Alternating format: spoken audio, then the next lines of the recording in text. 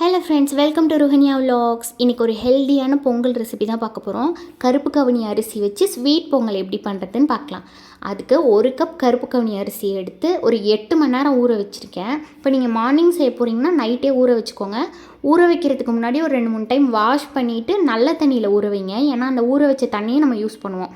இப்போ அந்த தண்ணியை வடிச்சிட்டு அரிசியை தனியாக எடுத்துக்கலாம். இப்போ ஸ்டவ் ஆன் பண்ணி அதில் ஒரு குக்கர் வச்சு ஒரு 1/2 ஸ்பூன் மட்டும் நெய் விட்டு அந்த அரிசி எடுத்து வச்சுக்கலாம். அதை போட்டு லைட்டாக வறுத்துக்கலாம். வறுத்துட்டு இப்போ தண்ணி ஆட் பண்ணிக்கலாம். இது 1 கப் அரிசிக்கு 4 கப் தண்ணி ஆட் பண்ணோம். அரிசி ஊற வச்ச தண்ணி 1 கப் இருந்துச்சு. அது இல்லாமல் 3 கப் தண்ணி சேர்த்து மொத்தம் 4 கப் ஆட் பண்ணியிருக்கேன். அது கூட ஒரு பிஞ்ச் சால்ட்டு சேர்த்துருக்கேன். இப்போ குக்கரை க்ளோஸ் பண்ணி ஒரு 10 விசில் விட்டு எடுத்திருக்கேன். அப்போ தான் இது வேகும். இப்போ இது நல்லா வெந்துருச்சு. இது கூட ஜாகிரி பவுட்ரு சேர்க்குறேன். நான் 1 கப் அரிசி எடுத்திருந்தேன், 1.25 கப்பு ஜாகிரி பவுட்ரு சேர்த்துருந்தேன்.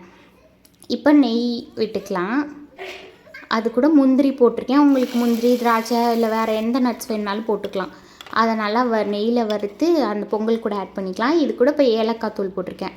ஏலக்காயும் சுகரும் சேர்த்து பவுட்ரு பண்ணி வச்சுருந்தேன், அது கொஞ்சம் போட்டிருக்கேன். அவ்வளோதான், ஹெல்த்தியான பொங்கல் ரெடி ஆகிருச்சு. கருப்பு கவுனி அரிசி பொங்கல். இதை மறக்காமல் ட்ரை பண்ணி பாருங்கள். டேஸ்ட்டும் சூப்பராக இருக்கும். இது ரொம்ப ஹெல்த்தியும் கூட. மறக்காமல் ட்ரை பண்ணுங்கள். தேங்க்ஸ் ஃபார் வாட்சிங்.